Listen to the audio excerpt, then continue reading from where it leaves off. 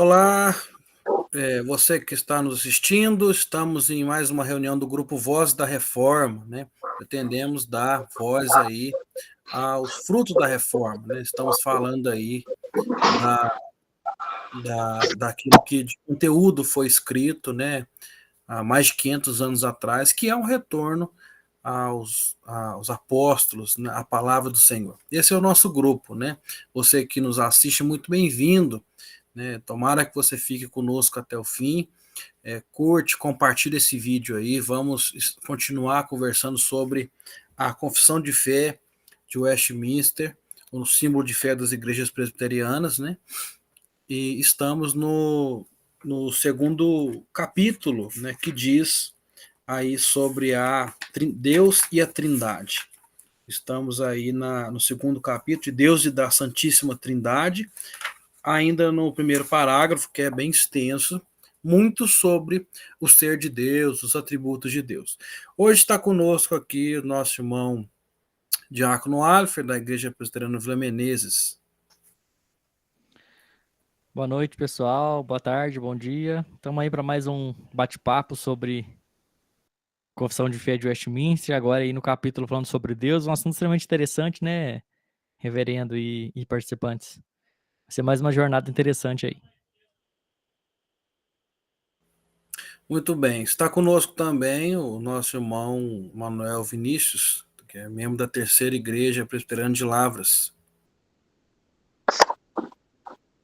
Bom estar com vocês novamente, ter a dádiva de abrir a palavra de Deus e mais uma porção aí nutrindo o nosso coração, a nossa mente, para a honra e glória do nosso Deus. Que sejam momentos proveitosos. E também o nosso irmão Leandro, também membro lá da nossa Terceira Igreja Presbiteriana de Lavras. A graça e a paz, amados. Tenho certeza que vai ser um tempo de muito aprendizado, tempo precioso aí para a gente poder debater e crescer mais teologicamente. Amém. Sendo assim, né, iniciamos, né? Quem não conhece, não se lembra, meu nome é Isaac, eu sou pastor presbiteriano da Igreja Presbiteriana de Nepomuceno, trabalhando na Vila Menezes aí. Seguimos então, irmãos, aí no que seria aí no meu arquivo, que é o livro, né, da nossa editora, Cultura Cristã, a terceira página de referência bíblica sobre Deus e a Trindade Santa. Nós estamos falando aí do Pai, do Filho e do Espírito Santo, as três pessoas do Deus da Bíblia. E vamos então continuar a leitura e os comentários aqui dos textos, né? Iniciamos hoje com Romanos 11:36, um texto muito conhecido de nós crentes, né? Que diz lá: porque dele e por meio dele e para ele são todas as coisas, a ele, pois, a glória eternamente. Amém, né? Então nós estamos falando aqui da suficiência de Deus, né? Da grandiosidade do nosso Deus, né? Dele ser aquele que permeia sobre tudo, né? Dele e por meio dele e para ele são todas as coisas, né? Nós estamos falando de Deus ser o absoluto sobre tudo que existe, né? Tudo o que existe no universo, como diz esse texto maravilhoso aí, Romanos 11:36, né? Tudo gira, tudo, se não é dele, é por meio dele, e se não é assim, é para ele, né? Tudo que existe, né? E o apóstolo Paulo, acho fantástico esse texto, porque aí ele, depois desse verso profundo sobre aquele que é o Deus absoluto e todo-poderoso, ele diz: por isso ele finda, a ele, pois, a glória eternamente. Amém. Né? Como alguém que dissesse assim, depois de dizer que dele e por ele e para ele são todas as coisas, a este, né, que é esse ser único, esse ser essencial, absoluto, a ele seja a glória, né, eternamente. Paulo diz amém, né? Então isso é parte de uma uma poesia que o apóstolo Paulo escreveu, que alguns acreditam até que se transformou em música na igreja primitiva, né? Começa lá no verso 33, né? Que é maravilhoso, a gente já tem cântico sobre isso, né? Ó, a profundidade da riqueza, tanto da sabedoria como da ciência de Deus, quão insondáveis são os teus juízos, né? Então, olha só como que essa parte já trata de muitos atributos, né? Sabedoria, né?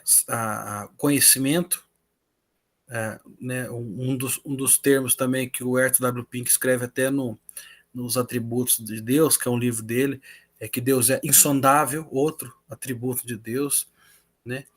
E ele diz aqui, né, quão inescrutáveis são os caminhos, né? Os caminhos de Deus só ele sabe, né? Não se pode apalpar, não se pode refletir, não cabe na nossa mente, diz até os profetas, né? Os caminhos, os pensamentos de Deus são muito maiores do que os nossos, né? E é interessante, ele continua no 34 dizendo, né, porque quem compreendeu a mente do Senhor? Então, quem consegue chegar perto dessa mente infinita? Quem chegou? Quem foi seu conselheiro? Interessante demais isso, né? Quem deu conselho a Deus para que ele fizesse algo? Que Deus precisou tomar conselho? Não, por quê? Porque dele, e por ele, e para ele são todas as coisas, né? A ele, pois, a glória eternamente. Amém. Nós estamos só em 4, então vamos de verso em verso, vocês comentam aí. O Alifer. Não, você ainda falou justamente da parte que eu acho mais bonita ali desse texto, que é: quem, pois, compreendeu a mente do Senhor? Quem, pois, foi seu conselheiro, né? E aí, isso tem um pouco a ver com o que a gente falou semana passada, de que a gente não consegue entender Deus por isso, né? Porque a gente não, enfim, não dá para compreender o que ele pensa e o que ele faz. E aí, acho que Paulo não poderia concluir de uma forma diferente, né? Porque em vez de não entender o que Deus faz e chamar ele de injusto, em vez de não entender o que Deus faz e falar que ele errou, que ele não previu como deveria prever, Paulo não faz nada disso. Quando ele não compreende alguma coisa que Deus faz, que Deus decidiu, e se eu não me engano, ele tá falando um pouco disso também, né? Aí, só voltando aqui só para eu ter certeza do texto, mas é justamente aquele texto que ele fala sobre, ali, ó, quer ver? Aqui, ó, tá falando sobre a rejeição dos judeus, né? E fala que ela não é por muito tempo. Aqui, ó, quer ver só para eu...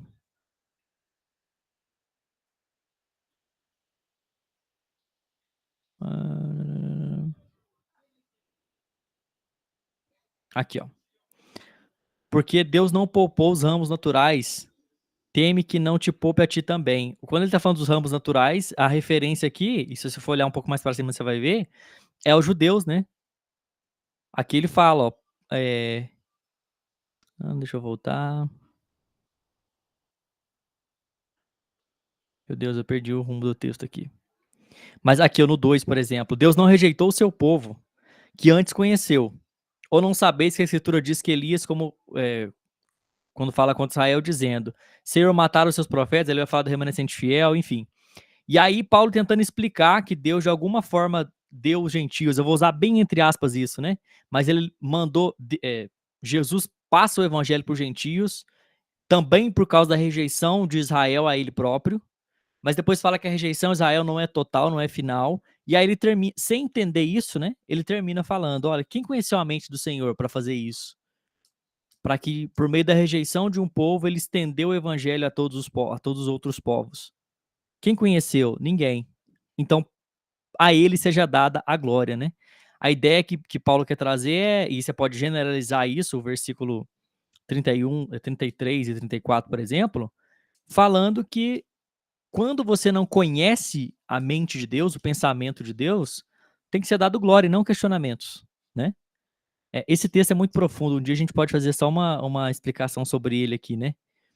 Porque alguns vão utilizar ele para outras interpretações.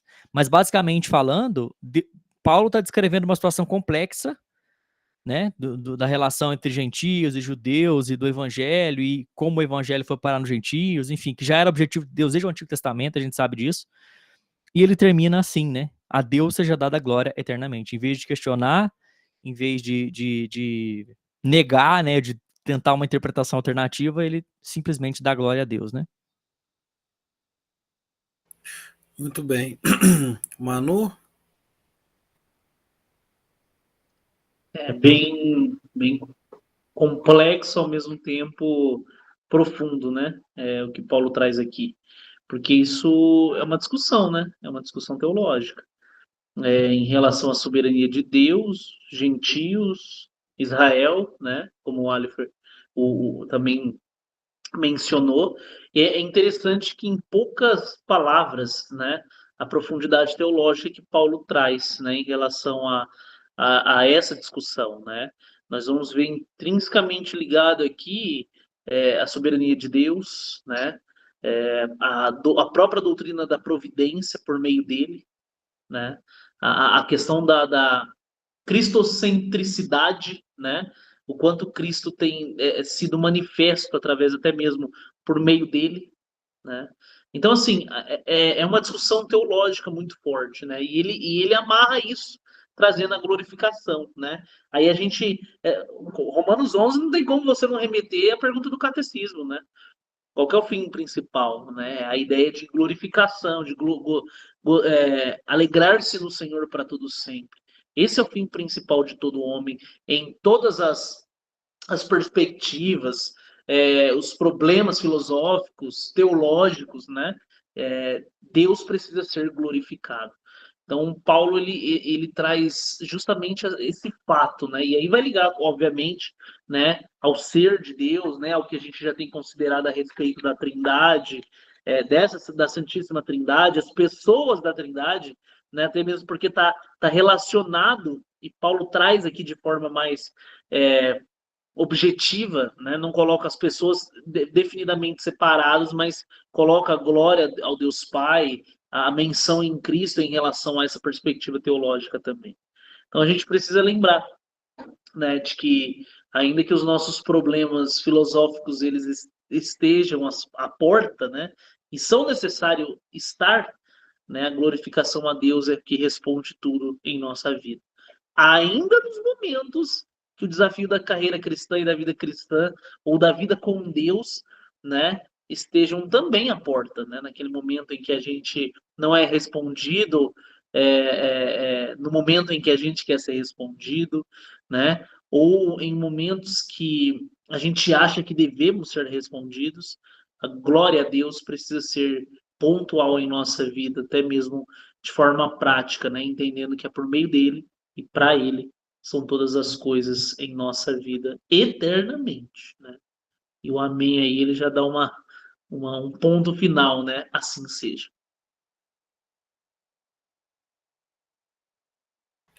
Muito bem, meu irmão. Leandro? Não sobrou muito para mim, não. Todo mundo aí já foi na jugular. Mas o 36 é o que simboliza ali, né? Paulo ele chega, ele fala tudo. Aí por fim ele fala, ó, porque dele, por ele, para ele são todas as coisas. Glória, pois, a ele eternamente. Amém. Então, assim, nem Paulo conseguiu explicar, né? Para falar a verdade ali, a grandeza. Então, nessas palavras, o que ele quis dizer? Não tem como. Não tem como limitar Deus, o tamanho de Deus. Aí depois, porque dele, para ele, tudo é o eu sou ali, né? É o eu sou no versículo 36. Eu sou.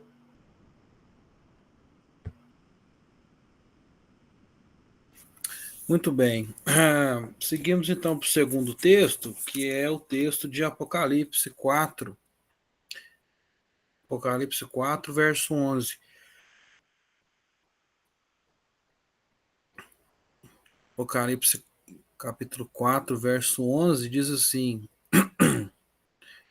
Tu és digno, Senhor e Deus nosso, de receber a glória, a honra e o poder, porque porque todas as coisas tu criastes, sim, por causa da tua vontade vieram a existir e foram criadas, né?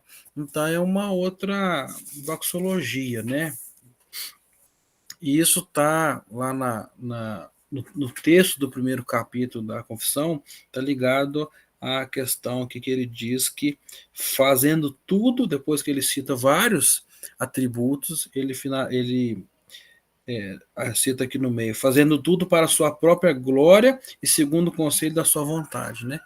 Então, a esse Senhor aí desse texto de Apocalipse aqui, né, que é digno, né, de receber a glória, é esse que é tudo aquilo que a gente já comentou nas semanas anteriores, né, que é espírito puríssimo, invisível, sem corpo, imutável, imenso, eterno, incompreensível, onipotente, onisciente, santíssimo, né, livre, absoluto, que faz tudo para sua glória. A glória do Senhor é essa, né? Essa parte do ser de Deus que não cabe em nada, que não se pode medir, que não cabe em réguas humanas, né, que é metafísico, é sobrenatural, supremo, é sublime, né? É essa glória, né? Essa glória aí, né, desse Senhor que é digno, né, esse que tem honra, que tem poder. Outro texto que cita outros atributos de Deus, né? Que é o Criador de tudo que existe. E aí ele termina aí, né? Ó, por causa da tua vontade vieram existir e foram criados, né? Então tudo é pela glória de Deus e pela vontade de Deus aí, ao meu ver, né? Mais um texto também que tiraram muitas músicas, né? E cânticos que a gente canta na atualidade, já cantou antigamente. O Alifer.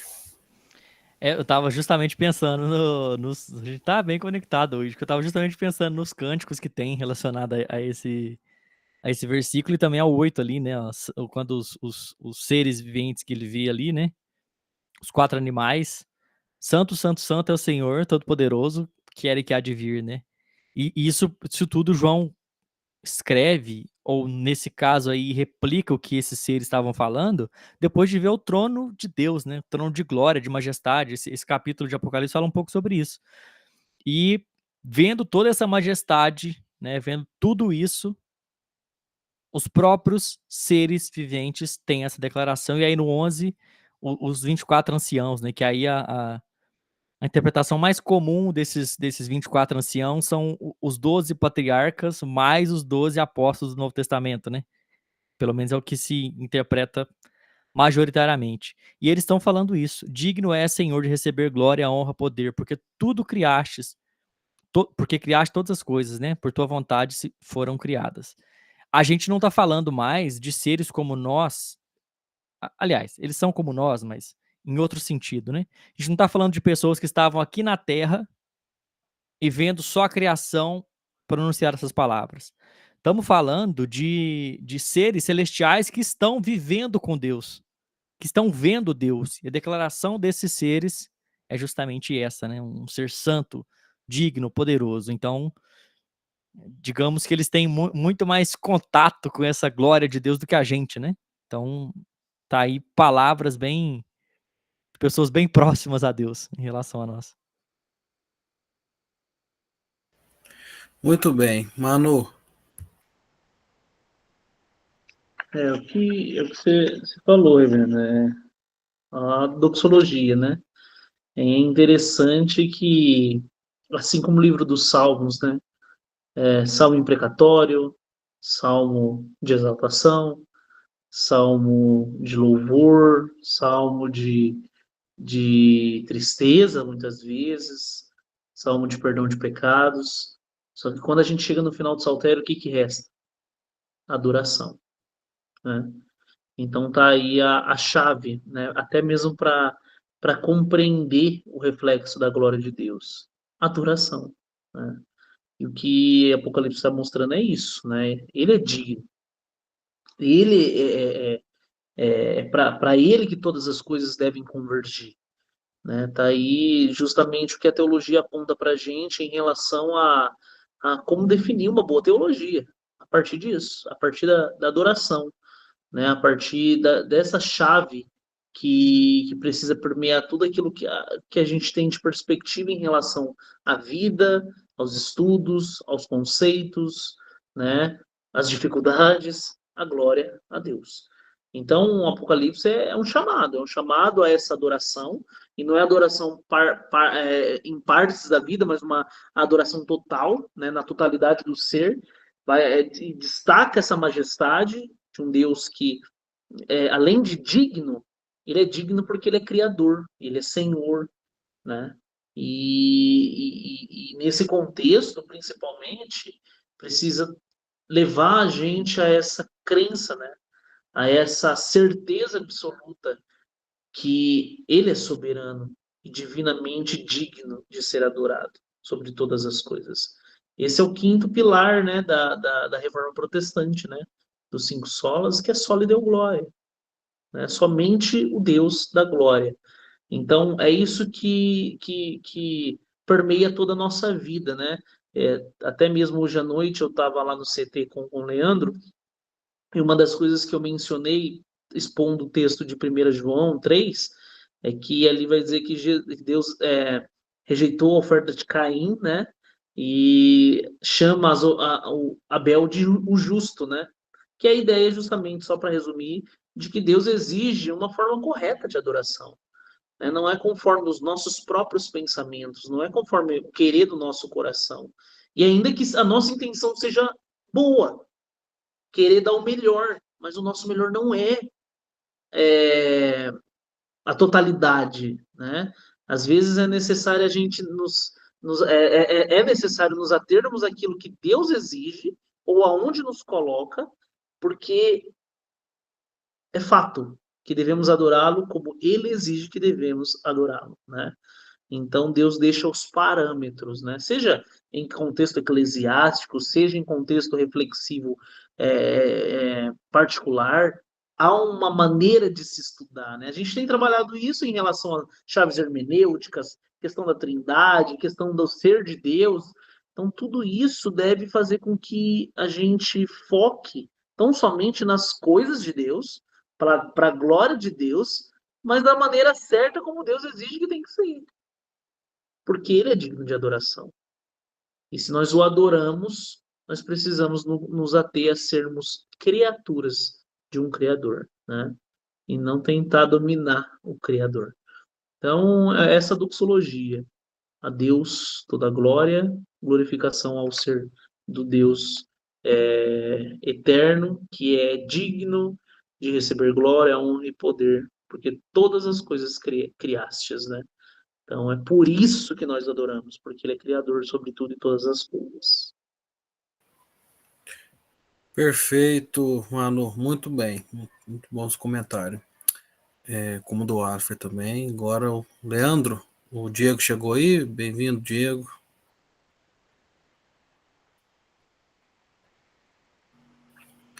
Leandro. Top demais, viu? E a parte B do versículo é aquilo que o Manu falou. Existe uma forma, né? De você adorar, de você chegar diante de Deus. Tem uma. Ali, ó. Porque tu criaste todas as coisas por tua vontade. A gente foi criado pela vontade de Deus. Olha que. Gente, isso é maravilhoso. A gente foi criado porque Deus quis criar a gente. Por tua vontade são e foram criadas.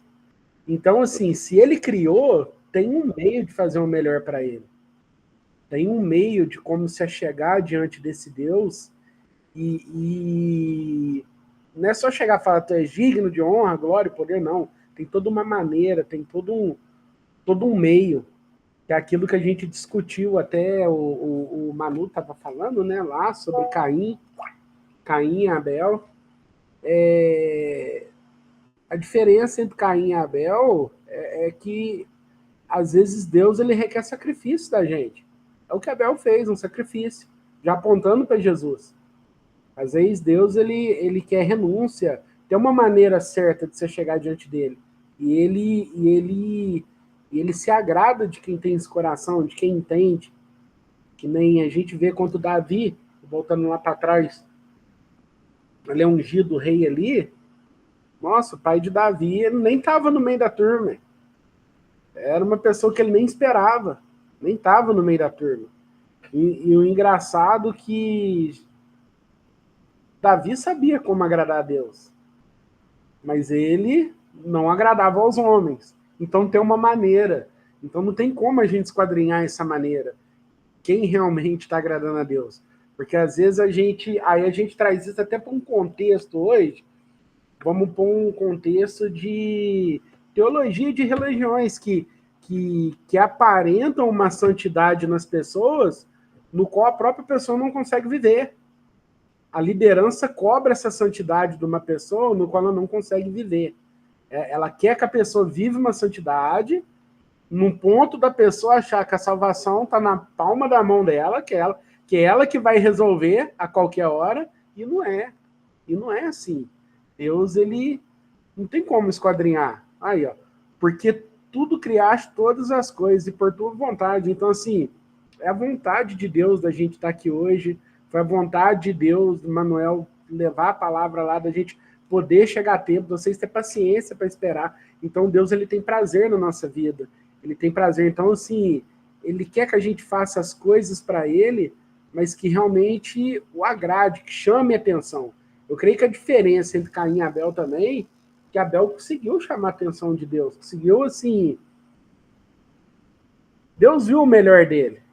Deus viu o melhor dele e viu de qualquer jeito. Então, não tem como a gente, dentro da teologia, até eu estava falando isso com os meninos, e que lá agora vai ser uma base missionária. Uma base missionária, eles requerem o melhor estudo, a melhor qualidade. Eu falei, agora vai aumentar o nível. Era nível 1, nível 2, então o nível vai aumentar. Então vai ter que ter mais profundidade da palavra para não fazer as coisas de qualquer jeito. O que acontece hoje? Vamos trazer qualquer cômodozinho, a pessoa abre uma igreja e ela lança a teologia ali que ela quer.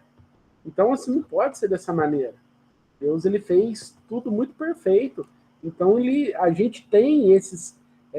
como fazer isso através da Escritura, trazer essa... da maneira que ele criou, da melhor maneira para adorar, da melhor maneira para conduzir o culto, para ter uma liturgia, para fazer tudo teologicamente perfeito, conforme a vontade de Deus que está escrito nas Escrituras para a gente. Não conforme a gente quer, mas aquilo que está para a gente fazer, da maneira certa de se fazer. É igual uma bula de um remédio, né? Como você desse uma bula de um... Você vai ler na bula ali, para que serve? Serve para isso, para isso, para isso. Vai fazer efeito como? Isso, isso, isso. Mas para isso, você precisa tomar de 8 em 8 horas. Você precisa fazer o certinho. Se você tomar de 7 em 7, não vai dar certo. 7 em 8 em 8, você tomar de 6 em 6 também, não vai dar certo. Então, cai nessa questão. Muito bem, vocês trouxeram um gancho muito interessante, né, de teologia prática, né?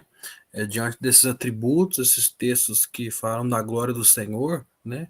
Como que a gente se achega a ele, né? Vocês tiveram bons comentários, eu queria só acrescentar que tenho lido um texto do Timothy Keller, de oração, né? Que é oração experimentando a intimidade com Deus, né? E eu tenho feito devocionais para as nossas reuniões de oração, né? Nas quartas-feiras agora a gente inicia com um pequeno recorte lá. E a gente está vendo agora sobre aquilo que os reformadores disseram sobre oração, né? Já vimos as cartas de Lutero sobre oração, e agora estamos vendo lá partes da Instituto sobre oração. E é interessante que o Calvino começa com regras de como a gente deve se chegar diante de Deus. Isso é muito interessante, porque a primeira regra que ele coloca é: precisamos entender o temor ao Senhor, ter temor ao Senhor, né? E esse temor maravilhoso de reverência, né? De profundeza. Ele cita um exemplo muito simples, mas que entra na nossa cabeça, que é, por exemplo, se você for convidado a ver o presidente de uma nação, por exemplo, você não vai tratar ele como seu colega, como seu amigo. Você não vai chegar lá e dar um abração nele, falar, e aí, tudo bem? Não, você vai ficar distante, tipo, você vai medir palavras, você vai pensar no que seria ideal para ele. Então, se a gente faz isso com pequenas pessoas que para a Bíblia diz o Senhor lá que são como gafanhotos, esses príncipes de nações, imagina o que nós faríamos com Deus, né? Diante de uma audiência, quando a gente vai diante de um juiz, graças a Deus eu só tive diante de juiz uma vez só também, porque para ajudar um amigo, né? O pessoal já fica todo com temor e atemorizado e preocupado. Então, se a gente faz isso perto do juiz, peraí, e do juiz do mundo, esse que é digno de receber a glória, né? Então é muito importante essa questão. E a segunda regra, vou falar só as duas, porque a terceira, semana que vem, é que eu vou ler e dar lá, então não sei ainda, que o Tim Keller cita das Institutas de Calvino, regras de oração que ele descreve lá nas Institutas, além do temor do Senhor, que é a primeira, a segunda é uma humildade de espírito que ele chama, né? Que é você só pode chegar de verdade diante do Senhor em oração quando reconhecer quem você é. E se a gente não reconhecer isso diante desses textos maravilhosos que nós estamos lendo, a gente nunca vai reconhecer. Porque não tem texto que mostra tanta glória e exaltação quanto essas dos atributos do Senhor. Então, que cada texto desse, para nós aqui que estamos no grupo, você que está nos ouvindo, que esses textos façam isso, mostre o quão grande é o Senhor e o quão pequeno nós somos, né? E nos dê humildade de espírito, principalmente na hora de falar com Deus, entender o nosso lugar, né? O que eu acho que, infelizmente, é mais um erro da igreja evangélica brasileira. Vejo muito isso, né? Infelizmente, parece às vezes que Deus é um amiguinho, que Deus é... Vejo moças tratando Jesus como se fosse quase que um namorado. Coraçãozinho, amorzinho, sei lá o quê. E Cristo é o Criador do universo. Esse que é digno de receber a glória, a honra, poder, que criou tudo, é Cristo também, né? Precisamos lembrar disso também. Leandro? O próprio Isaías, quando se viu diante ali de Deus, olha como é que ele ficou. É porque o que acontece hoje? As teologias de hoje, eu creio que a maioria do pessoal, eles estão indo para o culto, a maioria não está nem sabendo o que está indo fazer. As pessoas estão tão mal despreparadas para cultuar a Deus, que eu creio que 80% das pessoas que vão num culto, se não for mais, estão jogando, nem sabe o que está indo fazer, nem sabe que Deus é esse. Porque se tiver um encontro verdadeiro, igual face a face, que Isaías teve ali, Isaías, ele falou, misericórdia de mim. Ele entendeu o quão pequenininho ele era. Então a gente precisa entender e passar isso em discipulado, para a ovelha, para a igreja, em estudo, para o pessoal entender, porque quantas pessoas passarem a entender, está todo mundo correndo atrás de um avivamento, né? Isso que é viver o extraordinário. Mas se não aprender a fazer o certo, como vai acontecer esse avivamento? Vai ser só uma união de pessoas atrás de sensações, não atrás de coisas verdadeiras de Deus. Poder discutir, de entender, de saber, igual você falou, porque quando a pessoa está atrás de uma sensação, qualquer coisa supre.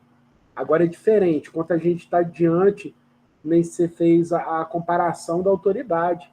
Agora imagina Deus, Isaías, o choque que ele teve ali, quando viu a Deus. Então, para a gente poder ter essa dimensão, quem estiver assistindo também, aonde esse vídeo chegar, para as pessoas entenderem que o nosso Deus, ele é um Deus zeloso, tem a maneira correta de agradar, de chegar diante dele, de ter uma liturgia, de como falar, como... Então, para ter um relacionamento mais profundo com ele, porque ele quer ter esse relacionamento mais profundo. Mas para isso a gente precisa conhecer o Deus que a gente serve. A gente precisa entender esse Deus que os anjos chegam ali e falam, dignos é o Senhor de receber a glória, o poder, do criar todas as coisas, por tua vontade, para a gente entender quantos anjos diz ali, santo, santo, santo é santo. Na plenitude, tudo a gente nunca vai entender, mas pelo menos para a gente fazer consciente a nossa entrega a Jesus. Muito bem, né? Então a gente falou nesse texto sobre a glória de Deus e que ele faz tudo para a sua glória. Os atributos redundam na sua glória, finalizam, né, na sua glória, de forma, entre aspas. E agora a gente vai falar também na parte que diz sobre o amor, né, o atributo do amor, que ele diz lá no catecismo, né? Fazendo tudo para a sua glória, e segundo o conceito da sua própria vontade, é cheio de amor, diz lá. E o texto é 1 João 4,8, né? Aquele que não ama não conhece a Deus, pois Deus é amor, né? Então Jesus disse isso, o apóstolo João ouviu isso para escrever essa carta, mas também lá no Evangelho de João, né? Jesus disse que ele ia reconhecer quem eram os seus discípulos se amarem uns aos outros, não? Então por isso que João é conhecido como o discípulo do amor, porque ele ouviu muito do amor e do amor em pessoa, né? A plenitude do amor encarnado, que é Jesus Cristo, foi quem ensinou o apóstolo João para que ele pudesse escrever isso aí, né? Essas palavras de Jesus, né? E isso é muito sério, né? Você pensar que Jesus deixa claramente essa frase dizendo: vou reconhecer quem são meus discípulos se amarem uns aos outros. Se não tiver amor, não tem discipulado. Se não tiver amor, não tem seguidor. Não tem como ser. Por quê? Porque o amor faz parte do atributo de Deus, né? O amor faz parte do ser de Deus. A Trindade Santíssima é amor. Deus é amor. E por isso que ele cita aqui este texto. E para mim é isso, né? Eu acho que é bem claro, mas deixar aí para os irmãos. O Alifer. Exatamente. E o exemplo que ele dá de amor é justamente o 9, né? Nisso manifestou o amor de Deus, que Deus enviou o seu Filho unigênito ao mundo para que por ele vivamos. Isso mostra que o amor de Deus é um amor prático, né? O pessoal hoje, porque Deus, porque a gente tem que amar as pessoas, né? Porque Deus nos amou, então a gente tem que amar as pessoas. O que é amar as pessoas? É tratar a pessoa bem, né? É ser educado com a pessoa. E na hora de agir, de fazer algo para mostrar esse amor, não temos visto isso, né? E Deus, a prova de Deus é a maior possível. Ele dá o seu Filho unigênito para que nele nós vivamos, né? Para que a gente viva, tenha a vida eterna por meio da morte de Jesus e depois da ressurreição dele. Então o amor de Deus é um amor prático, né? Um amor que se revela de maneira concreta. E aí, já que o senhor citou a Trindade, a gente não pode esquecer, né? Pensa bem, Jesus, Deus Pai e o Espírito, todos eles como Deus. Na vinda de Jesus ao mundo, a gente consegue ver o amor nos três, né? O amor do Pai indo ao Filho, o amor do Filho em se entregar por pecadores, né? O Paul Washer tem uma frase muito, eu acho, pesada, mas de alguma maneira faz muito sentido. Ele fala: Jesus sabia o lixo que ele estava comprando. Ele pega meio pesado nas palavras, né? Quem já viu as coisas que ele fala percebe isso. Mas Jesus sabia o que ele estava comprando para Deus.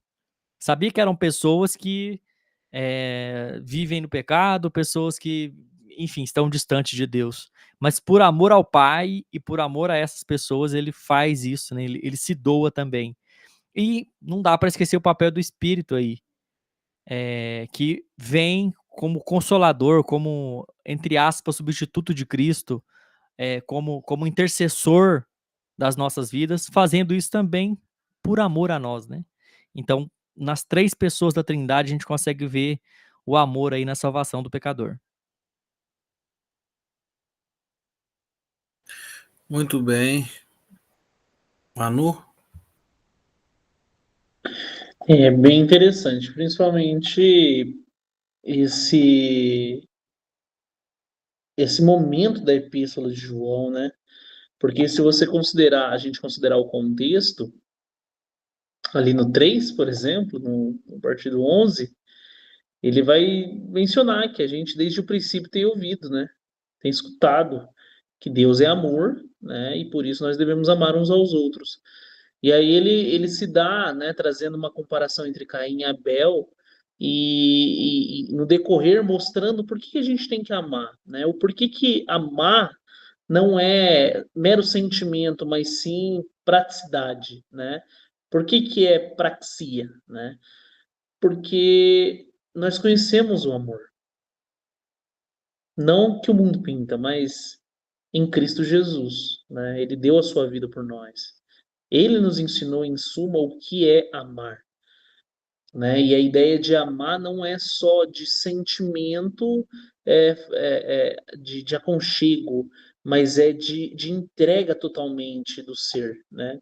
Da vida, do corpo, do físico, como Cristo fez. E aí ele termina o 18, né, desse contexto aqui, eu tô falando do 4, mas o contexto mostra, né? Não ameis de língua ou só de palavras, mas de fato e de verdade, né? Então a praticidade disso, a prática que nós trazemos em aplicar a ética do reino em nossa vida, molda a gente como Cristo, a ser como Cristo, a amar como Cristo amou a sua igreja, em relação a se entregar por ela. Mesmo, e a gente precisa considerar isso, por que a gente está falando de amor que não é qualquer amor aqui? Mesmo antes do pecador responder em obediência. Olha que coisa, né? O poder desse amor que Deus nos ensina aqui é justamente um amor que Cristo morre por o justo morrendo por injusto, um pecador, o ser sem pecado morrendo pelo pecador, né? Morrendo por impuros. E essa necessidade que nós temos de amar em praticidade mostra a nossa necessidade de Cristo mais ainda. Então a relação disso é isso, né? Nós devemos entender que assim como Deus amou a gente antes de respondermos em obediência, precisamos amar uns aos outros antes de sermos respondidos em amor. Isso é prática, não é sentimento, né? Então tá aí essa chave, né, do que é amor verdadeiro. Porque é o que eu falei até hoje no CT, né, Leandro? Vai conectar aí o que eu falei no capítulo 3. Que Lewis traz que pensar no amor de Deus por nós é muito mais seguro do que pensar no nosso amor por Ele. Isso é fortíssimo. Porque a gente muda, o nosso amor esfria, a gente só ama quando a gente recebe, e o amor de Deus é completamente oposto, o nosso. O Alifer, depois o Leandro. Só um breve comentário, não vou te atrapalhar no comentário não, Leandro. Mas eu vi uma frase parecida com essa aí, que ainda bem que a nossa salvação depende do amor de Deus por nós, e não do nosso amor por Ele, né? Porque o nosso amor às vezes é variável, o nosso amor às vezes não é prático, então, de fato, às vezes é um amor falho, né? E aí acho que o próprio João vai falar, não sei, alguém vai lembrar, mas nós o amamos porque ele nos amou primeiro, né? Então, o nosso amor é só reflexo do dele, e o nosso amor não é um reflexo completo, né? A gente falha nisso. Leandro.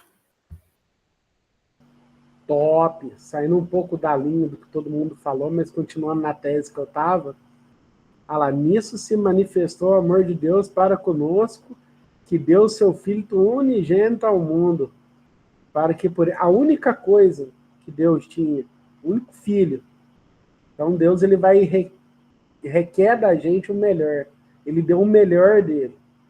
Pensa bem, meu Filho unigênito, aquilo que próprio Deus se entregando para a gente.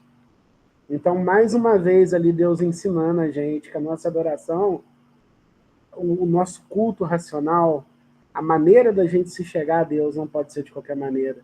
É o próprio Deus ensinando, ele fez o melhor, o que ele tinha de melhor. Então, ele requer isso da gente, o que a gente pode dar de melhor. E a gente sempre pode fazer melhor. Que nem vocês estão falando sobre a salvação, né, desse amor depender de Deus e não da gente. A gente realmente estaria, nossa, seria bem complicado. Se fosse, porque a gente muda muitas as circunstâncias da vida. E quem coloca a gente na rota de novo, na história, que já está escrita por Deus, porque a gente salvo, uma vez salvo, sempre salvo, é o próprio Deus, né? É o próprio Deus. Então, pensa bem que doideira. É coisa assim, é como se Deus falasse, ó, vou ensinar para vocês como é que se faz. Você não vai dar só um pouquinho. Você vai dar a única coisa que você tem. O que é a única coisa que a gente tem hoje? O que é o nosso melhor? O que a gente pode doar hoje de melhor para Deus? O que a gente pode fazer hoje de melhor para o nosso próximo, para a pessoa que está perto da gente? Em um ato de trabalhar esse amor, igual o Manu falou, que é um processo. É um processo, porque o nosso coração ele vai inclinar para as coisas ruins. Um pouquinho do que a gente ama é derramado de Deus. Não é da nossa própria vontade, é através do Espírito sobre a nossa vida, porque a gente por si mesmo é incapaz, a nossa natureza ser depravada é impossível. Agora, qual que é o nosso melhor? Porque o nosso Deus ensina isso. Ele deu a única coisa que ele tinha. Era o melhor dele. Para quê? Volto lá atrás. Porque ele sentiu prazer em criar a gente. Sentiu amor, tem amor pela nossa vida. E o que Deus mais quer é que as pessoas aprendam na parte da teologia e de vida prática é isso, esse relacionamento profundo e verdadeiro com ele. O temor a Deus é entender o patamar que ele está. É o que a gente nunca vai conseguir chegar. Mas a gente entender, quando fala que ele é o general, senhor de senhor, rei dos exércitos, cada nome que é dado a Deus. Só que na maioria das vezes a gente vive como se Deus não existisse. Como se ele não fosse um general, como se ele não fosse esse soberano. Isso você vê como é que a nossa natureza e como o amor dele é algo inefável. Sem uma explicação, porque ele ainda nos ama e ele ainda nos faz enxergar essa soberania dele em alguma parte da nossa vida, que eu estava conversando com os meninos hoje quando a gente estava voltando. Chega uma hora que é crucial, você passa a enxergar. Deus ele vai vir de encontro, você vai passar a enxergar. Talvez você leu, tem gente que leu a Bíblia 50 vezes, mas é na hora que ele se revelar que ela vai começar a falar o teu coração. Porque o que acontece? Quando a Bíblia fala no nosso coração, esse resultado é externado para fora. Em vidas, em ensino, em amar, em discipulado, em andar segunda milha, em entender que o nosso tempo não é o tempo de Deus, é continuar acreditando, porque que nem o Jesus morreu pela gente antes da nossa obediência. Então a gente entender contra o outro irmão vai precisar da gente andar segunda milha, a gente entender, abranger, chegar tão perto de Deus, aproximar tanto, mais profundo que puder, porque a gente não vai conseguir, mas ao ponto de começar a amar verdadeiramente, não só de falar, mas em atos de verdade, em abraçar a pessoa. Olha só para vocês verem o Jean ontem, que bênção. Um menino que era morador de rua. Gente, não é à toa que amar a Deus acima de todas as coisas, o teu próximo a ti mesmo, está lá no topo dos mandamentos. Paulo, quando ele explana ali, 1 Coríntios 13, ele fala, você pode fazer o que for, se você não tiver amor, nada vai valer a pena.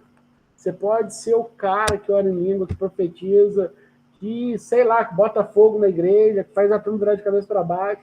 Mas não adianta, acabou o culto, você não ama ninguém, você não faz nada para ninguém. Você continua a tua vida singular.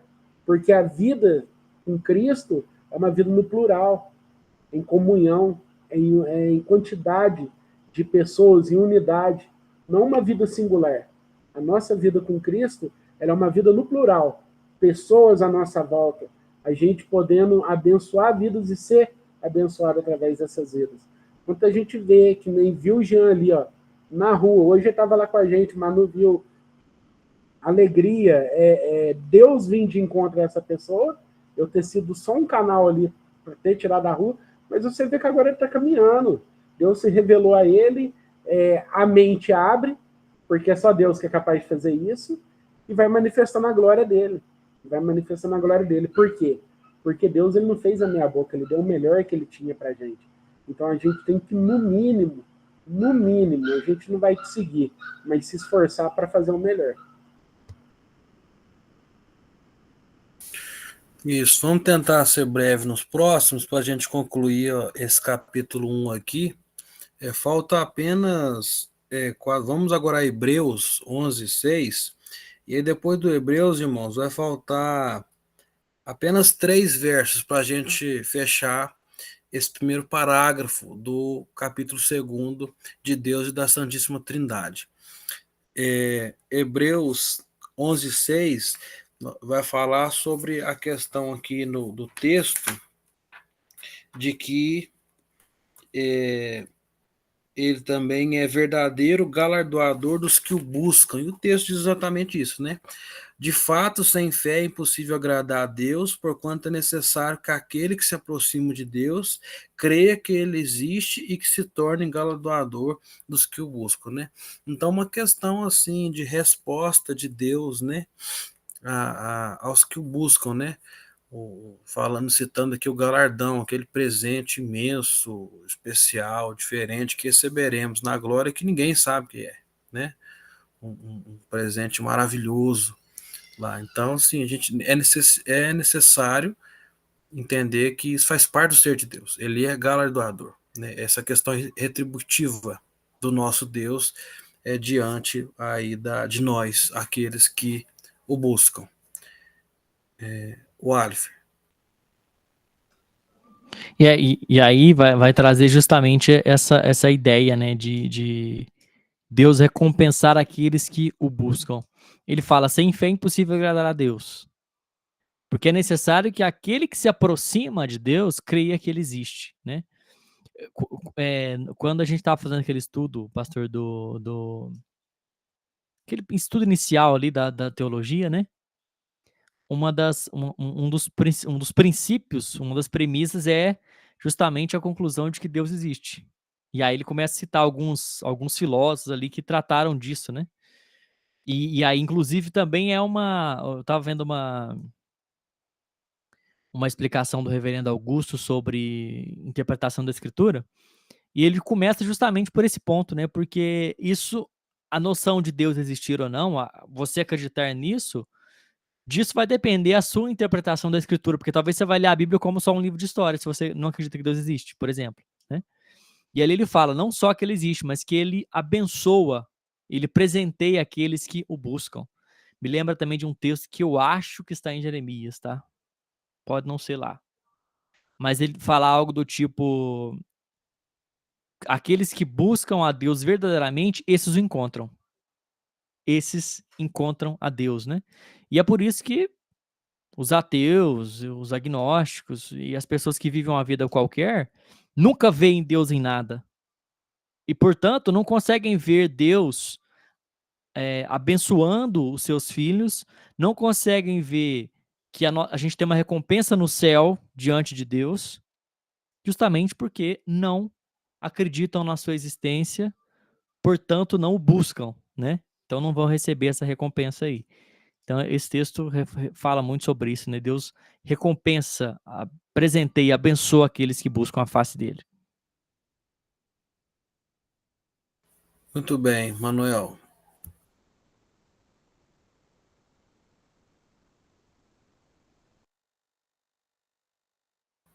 Vai comentar não, meu irmão? Satisfeito? Manu. Leandro, então? Tamo aí, galera. O texto é Jeremias 29:13. Esse citado é Jeremias mesmo. E engraçado que tem coisas que a gente já recebe aqui. Tem coisas que a gente já recebe aqui, que nem... Vamos pôr minha vida aí. Eu, 12 anos atrás, era totalmente um andarilho. Tava na pista, para mim eu tava de hora extra no mundo. Até Deus ir.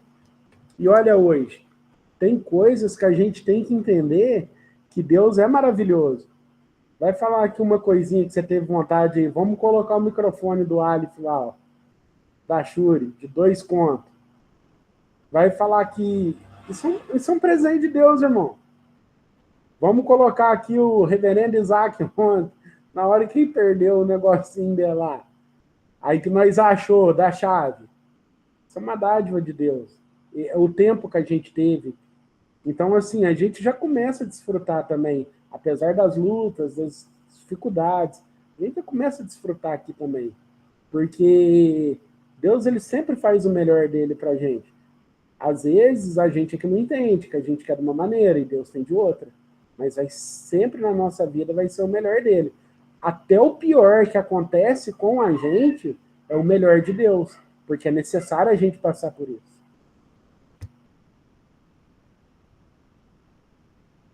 Muito bem, meu irmão. Isso mesmo.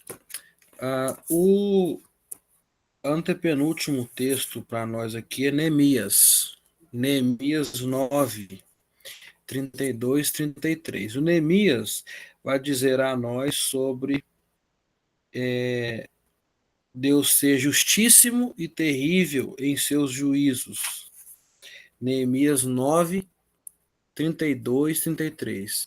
Agora, pois, ó Deus nosso, ó Deus grande, poderoso, temível, que guardas a aliança e a misericórdia, não menosprezes toda aflição que nos sobreveio a nós, aos nossos reis, aos nossos príncipes, aos nossos sacerdotes, aos nossos profetas, aos nossos pais e a todo o teu povo, desde os dias dos reis da Síria até os dias de hoje, porque tu és justo em tudo quanto tem vindo sobre nós, pois tu fielmente procedestes e nós perversamente, né?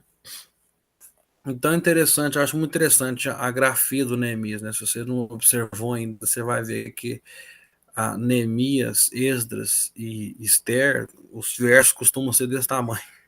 É interessante, se não existe um verso pequeno nesses, não é que não existe, né? A maioria são versos grandes, né?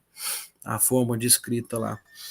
E o texto maravilhoso, né? Um verso grande aí que o Neemias faz essa oração aqui, é gigantesca, e o mais massa é isso, é que ele reconhece que Deus é grande, que Deus é o Deus de Israel, que Deus é poderoso, que é temível, que guarda aliança, que guarda a misericórdia, que não menospreza a aflição. Olha só, um monte de atributo de Deus destacado na primeira parte do verso, apenas, né? Aqui. E aí ele finaliza, né? Reconhecendo aí, diz, né, na oração que teve as aflições aos seis, os príncipes, sacerdotes, profetas, pais, o povo, né, cita a Síria como quem trouxe esse penoso sofrimento aí dessa época, né, e tal, mas diz, porque tu és justo. Então, ele dizendo, né, o Senhor não menospreza o nosso sofrimento, o Senhor sabe o que nós estamos passando, né? É interessante que Neemias é um daqueles que reconhece por que eles estavam passando, por causa do pecado. Toda vez que Israel pecou, vinha um governo, um imperador, um mal sobre eles. E aqui ele reconhece isso, né?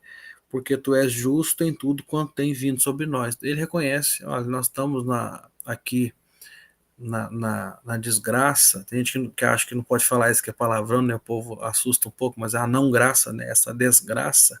Estamos nessa não graça, essa desgraça, por causa do nosso pecado. Porque o Senhor é justo. O Senhor não pode simplesmente virar a chave e dizer, agora vai ser feliz, agora é triste. Nós não somos bonequinho na mão de Deus, né? Ele não, ele tem toda a sua justiça, e essa forma de trabalhar aí, né? Que é essa parte final do primeiro parágrafo. Contudo, ele põe até um contudo aqui, contudo, né, depois de ele ser galardoador, esse monte de atributo aqui citado, ele é justíssimo e terrível em seus juízos, né? Então Deus é justo juiz. O Aleph. Eu ia comentar isso, né? O pessoal adora falar, e com razão em algumas vezes, Deus é amor, né? Aí o pessoal do Pode Tudo fala isso aos quatro ventos, né? Deus é amor. Vocês não amam. Os cristãos hoje não são cristãos porque eles não amam. Só querem apontar o dedo na cara. Só querem falar mal do pecador. Deus é amor. Mas ele é justiça, ele é justíssimo. A confissão fez questão de falar isso, né? Justíssimo. Significa que o amor dele não está em desarmonia com o atributo de justiça. Os dois são atributos harmônicos. Deus ama e Deus também julga. Deus condena, né? Isso ele fez com o seu próprio povo no Antigo Testamento. Ele faz com a sua igreja no Novo Testamento. Isso é uma questão. E outra, qualquer calamidade que cai diante de nós, ainda que não estejamos em pecado, continua sendo justiça de Deus. Continua sendo vontade de Deus também, né? Então é importante lembrar isso, que os atributos de Deus não entram em desarmonia, eles estão todos ali. Às vezes eles estão de uma forma que a gente não explica, não consegue entender, mas está harmonioso, justiça, amor e todos os outros que a Bíblia relata sobre Deus, né? Bondade, às vezes a gente, opa, Deus está sendo justo, mas parece que ele está sendo mal, não está, né? É a nossa impressão, é a nossa não compreensão, voltando ao que a gente falou semana passada, do que é Deus, né? Esses atributos aí não ficam em desarmonia, não ficam em desconformidade, ao contrário, Deus, quando tem que punir, quando tem que julgar, ele julga de maneira reta, de maneira justa. E é justamente por conta dessa régua justa dele que nós somos salvos. Porque quando ele olha para nós, ele vê injustiça, mas ele vê Jesus que era justo, né? E aí atribui a justiça de Jesus a nós. É também justiça de Deus quando ele pega amor também, misericórdia, óbvio, mas a sua plena justiça faz com que sem Jesus nós não sejamos salvos, né? Nós somos salvos então pelo mérito de Jesus, pela justiça dele, né? Então não há injustiça de Deus em salvar os pecadores que reconhecem Jesus como Salvador, né? Que têm a fé em Jesus. E também não há injustiça de Deus em condenar os que não creem em Jesus, né? Porque a nossa justiça provém de Jesus e não de nós mesmos. Leandro, Pegando um gancho aqui que o Ali deixou ali, é muito sério sobre essa questão de estar em pecado e estar acontecendo alguma coisa. Tem teologias e tem lugares faz isso com a pessoa. E tem pessoas que têm cometido suicídio, tem acontecido coisas horríveis, porque tem um remédio e é uma doença e a pessoa fala que é o pecado.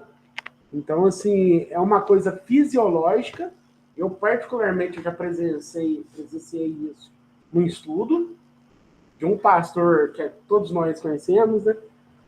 Tá falando que não pode tomar remédio, que não, aí do irmão levantar a mão e falar, não, mas não tem como é que eu vou fazer? Então, assim, é algo muito sério. É algo muito sério, porque até as nossas provações, as lutas que a gente tem, nos mostra a justiça de Deus também.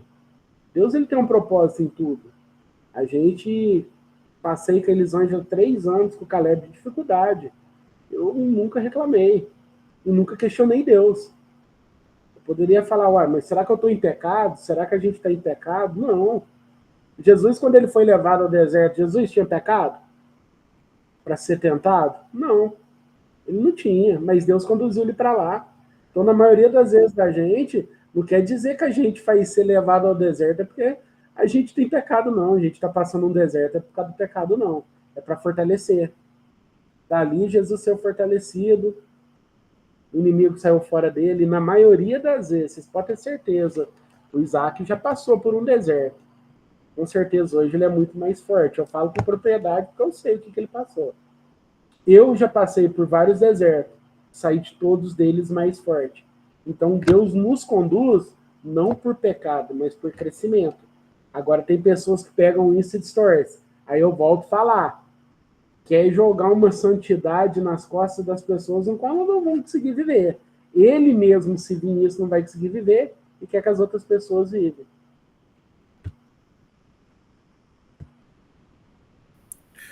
o Alifer.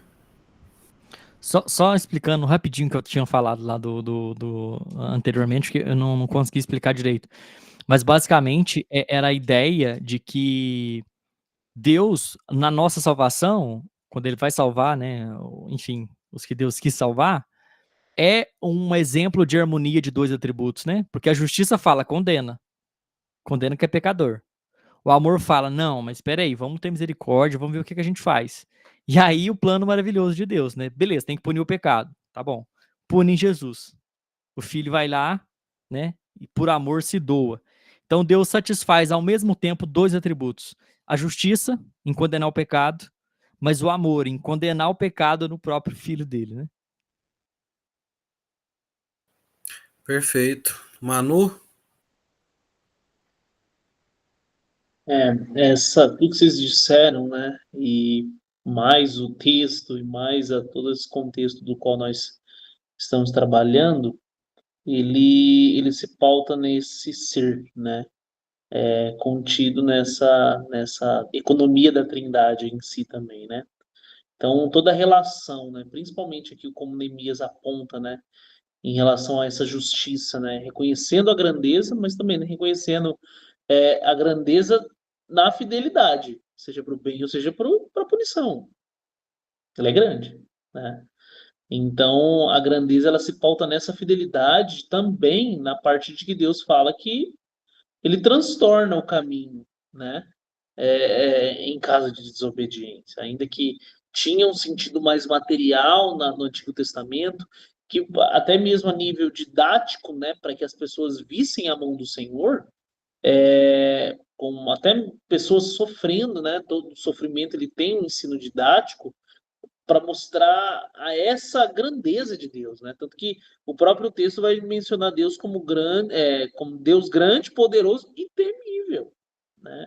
Então, o reconhecimento dessa fidelidade se mostrando nas adversidades, a vida muda, mas Deus continua soberano. Então, ainda que Deus preservou na reconstrução dos muros, ainda que Deus preservou homens, assim como Neemias, assim como Deus fez todo o desfecho da história do povo culminar para a sua glória, e isso possa ter causado algumas coisas em relação à vida do povo, ele continua sendo soberano, né? Porque ele é santo. Então, agindo com justiça, né? Isso os israelitas reconhecem, né? Com Deus agindo em justiça, mas o fato de que também as suas ações, né? Elas precisam estar alinhadas, né? Com a vontade, principalmente com a verdade de Deus. Então, é um ensino para a gente, né? Ainda que a gente precisa buscar o amor de Deus, isso é fato na nossa vida, precisamos nunca nos esquecer de que a fidelidade ainda não, né? A fidelidade dele está posta, tanto para o bem, como também para transtornar o caminho, né? Isso aí é fato. Então, a gente precisa linkar também a nossa vida a esse alinhamento correto à vontade de Deus, tão somente. Muito bem. Penúltimo texto, para a gente encerrar o primeiro parágrafo do capítulo 2, é Salmos, né? Salmos 5, 5 e 6. Livro dos Salmos, Salmos 5, 5 e 6. Diz assim: os arrogantes não permanecerão à tua vista, aborreces a todos os que praticam iniquidade. Tu destróis os que proferem mentira, o Senhor abomina ao sanguinário e ao fraudulento. Né? Então, esse texto está ligado aqui lá no parágrafo, quando diz assim, depois de dizer que ele é terrível em seus juízos, pois odeia todo pecado. Né? De modo algum terá por inocente o culpado. Né? Então, esse arrogante, né? Aqui, o Nico é esse, né? É o pecador, se entrega ao pecado, né? É o que ama o pecado, o que está sobre o pecado. E Deus vai destruir em dado momento, diz o texto, porque ele é justo, né? Ele é tão justo que ele odeia o pecado e que não toma por inocente o culpado. Né? Culpado e culpado, inocente, inocente. Porque ele é justo. Né? O Alif. Vai falar muito também do que a gente tinha comentado antes, né? Deus aborrece o homem sanguinário e fraudulento. Deus não tem prazer em iniquidade, Deus não tem prazer em pessoas que vivem a vida, e a gente conhece, todo mundo tem 1, 2, 3, 4 pessoas que vivem a vida dando fraude, dando golpe nas pessoas, né? É uma coisa que Deus destruirá. Ele fala ali, né? Deus destruirá aquele que se comporta dessa maneira. justamente mostrando o caráter justo de Deus.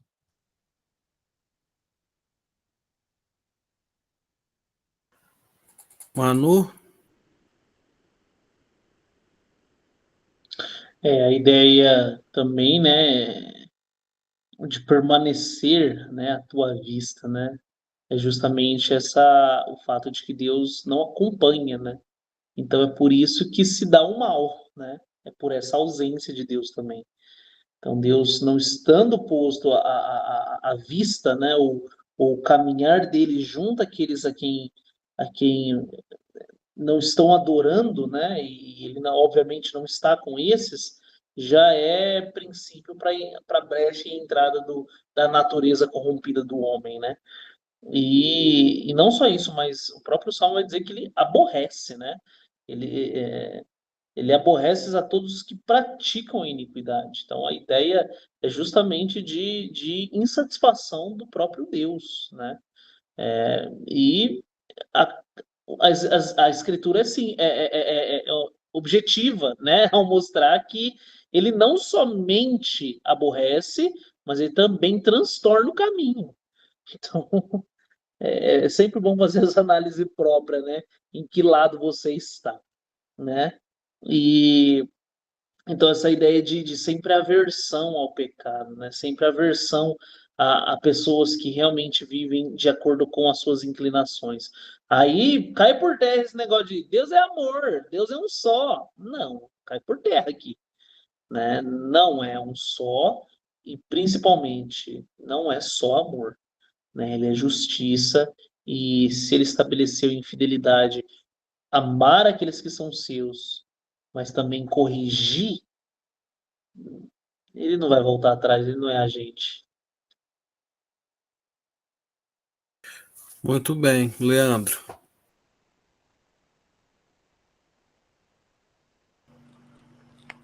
A gente sabe o fim de todas essas pessoas, né? Cemitério, inferno. Porque o sanguinário e o fraudulento. Então, até tem um salmo, né? Que Davi ele questiona, né? Acho que é Davi mesmo questiona Deus. O ímpio lá se dando bem. Acho que é Asaf, inclusive. Azar. E ele ali lutando ali, o cara se dando bem e ele se dando mal. Mas só que a diferença é que no final a gente vai ser justificado. A gente vai ter o garladão que a gente deu lá para trás, vai ter a recompensa. Então, assim, Deus ele dá até a oportunidade da gente aprender com o erro dos outros, né? Eu creio que esses dois versículos aí é Deus falando, ó, se liga, aprende com o erro dos outros, porque o fim deles vai ser isso aí, ó. Você quer isso para você? Então fique esperto. muito bem. Vamos concluir então nossa reunião com o último verso. E aí, acabando o comentário dos versos, os irmãos já dão os comentários finais nas suas palavras aí. Tá lá em Naum. Naum 1, 2, 3. Lá nos profetas menores. Naum 1, 2 e 3. O Senhor é Deus zeloso e vingador. O Senhor é vingador, cheio de ira. O Senhor toma vingança contra os seus adversários e reserva indignação para os seus inimigos. O Senhor é tardio em irar-se, mas grande em poder, jamais inocente ou culpado. O Senhor tem o seu caminho na tormenta e na tempestade, e as nuvens são o pó dos seus pés. Né? Então, é outro texto aqui do profeta Naum, escrevendo lá, né, a Nínive, né, a cidade em que Jonas esteve primeiro, depois agora o Naum, e falando aqui sobre esse final, né, pois odeia todo pecado, de modo algum terá por inocente o culpado. E diz exatamente isso, né, é mais um sinal do quanto a confissão de fé utiliza a escritura para... Na Assembleia de Westminster utilizou a escritura para escrever tantos parágrafos, né, aqui. Que diz isso, né? Alguns atributos citados: o zelo do Senhor, outro atributo de Deus, vingador, ele é um Deus vingador, né? Outro atributo de Deus, ira, a ira santa, né? Não como a gente, como se faz por aí, mas a ira do Senhor é santa, é outro atributo, né? Fala que ele vai tomar vingança, né? Reserva indignação. Interessante isso, né? Essa força de indignação da ira sendo reservada para quando? Juízo final, né? Aquele dia que ele fecha as portas lá no inferno com Satanás, os demônios e os ímpios, né? No juízo. Tá reservado um dia, né? Diz também aqui que essa ira é tão santa que ele é tardio em irar-se, né?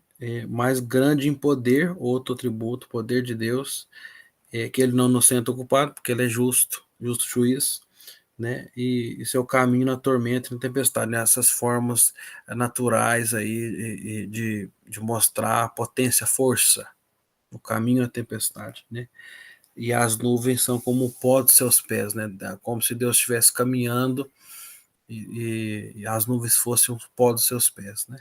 O poder de Deus aí é descrito aqui nesse último verso, outro verso lindo, né, do Antigo Testamento, que fala do nosso maravilhoso Deus, o Alifer.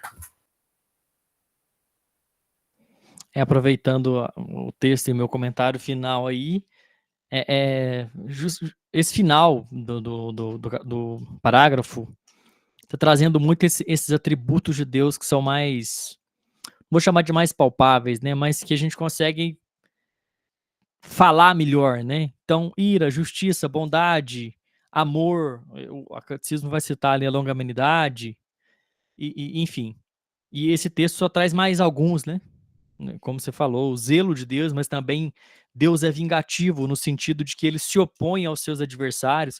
E aqui não é adversário no sentido de que pode medir força com Deus, né? Mas adversário no sentido de que não faz a sua vontade, né? Justamente, talvez aquilo que o salmo anterior falou, né? Os que praticam a justiça, os fraudulentos e essas pessoas, esses são considerados inimigos de Deus, não porque têm força para se opor contra ele, mas porque estão contra a sua vontade, né?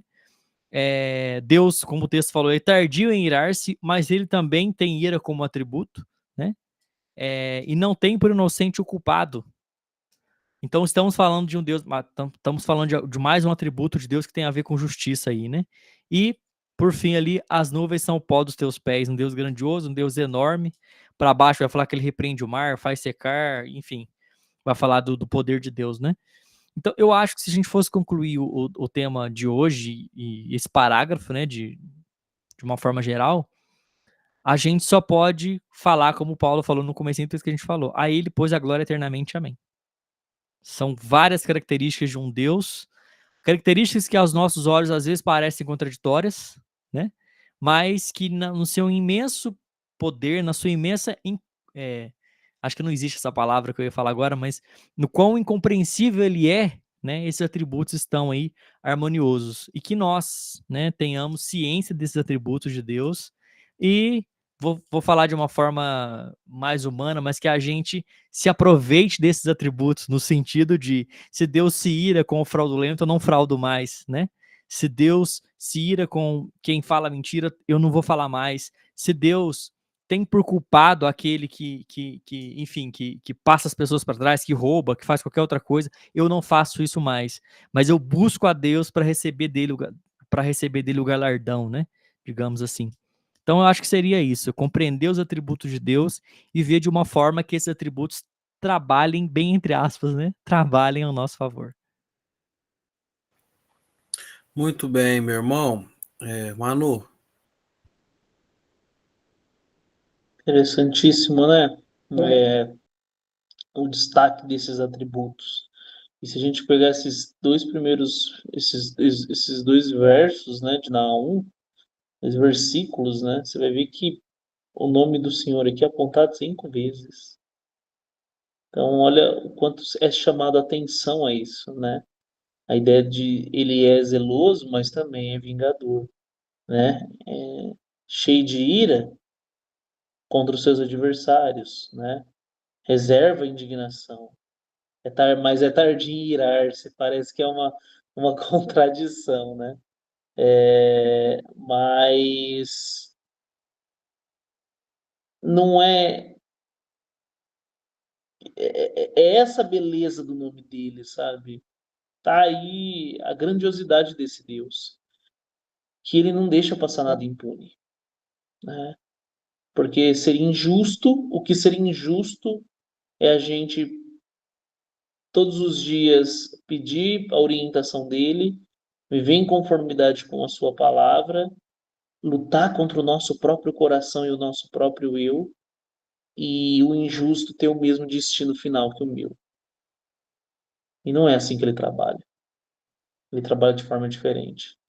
E aí eu termino a minha fala também, né, vindo com essa ideia reflexiva, todos aqueles que nos escutam, a ter isso em mente, né? Você prefere sentir o amor de Deus ou ser transtornado seu caminho por esse Deus? Então, é de fato reflexivo para a gente nessa noite, ou no momento que você esteja assistindo. Porque quando a gente pensa no Deus do qual nós estamos trabalhando aqui, falando dele, dos seus atributos, nós estamos colocando um Deus que é acima de tudo, de todas as coisas. A grandeza e a grandiosidade é imensa. Isso significa também que a sua justiça é pesada demais. Então, cuidado com a fala ou o escutar de só Deus me julga, porque o julgamento de Deus é muito mais pesado do que o nosso julgamento uns pelos outros. Eu posso até ser mais compadecido. E Deus, ele é, mediante o arrependimento, obviamente, misericordioso, mas a justiça dele é pesada demais para aqueles que ele transtorna o caminho também. Mas tem o lado bom da moeda. Se você entregar a sua vida, entregar o seu coração, né? É a parte final dos versos, dos versículos aqui, né? O Senhor tem o seu caminho na tormenta e na tempestade. Então, aplique isso para a sua vida também. Se o seu coração está pautado nesse Deus, não há tempestade que possa tirar o seu foco da glória dele. Muito obrigado. Muito bem, Manuel. Leandro? Meu foco e resumo de tudo mostra quanto pequeno eu sou diante de Deus e quanto pequeno eu vou continuar sendo diante da grandeza dele. E por mais que eu passe a minha vida toda tentando compreender, a única coisa que me resta é aquilo que a gente falou. A ele a glória, o poder pelos séculos dos séculos. Amém. Nunca vou conseguir entender. Então, a gente é muito pequeno diante dele. Enquanto a gente consegue entender o nosso tamanho diante do tamanho de Deus, eu acho que já é o melhor caminho para a gente começar a caminhar rumo a ele.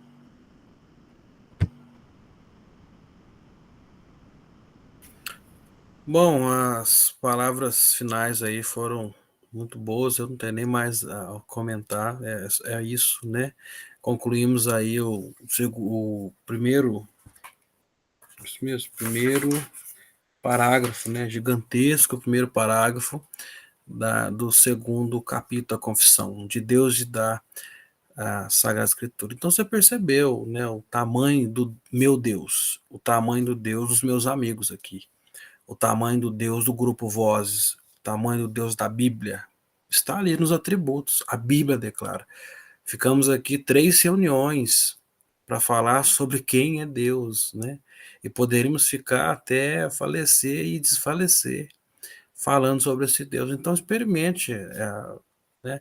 A nossa torcida como grupo, Voz, é que você que está nos assistindo tenha essa experiência de conhecer esse Deus desse tamanho, que você ame esse Deus, que você se entregue a esse Deus, como os irmãos aqui já disseram, que você, como diz o Alfred, aprecie, aproveite, entre aspas, desses atributos para conhecer, para venerar, para poder adorar, reverenciar a esse Deus que é tudo isso e muito mais, né? Então leia a Bíblia, ore, frequente uma igreja fiel, uma igreja boa, bíblica, e cresça no conhecimento deste maravilhoso Deus. É para isso que aqui estudamos os atributos de Deus, né? O primeiro parágrafo do segundo capítulo. Na semana que vem, se Deus permitir, estaremos aqui lá já no segundo parágrafo de Deus e da Santíssima Trindade.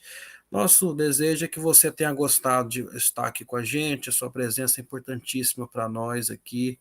Enquanto você assiste, deixe seu like, seu comentário, faça sugestões, né? Se inscreva no nosso canal e tomara que você tenha sido abençoado por essas palavras, por essa discussão, por esse bate-papo.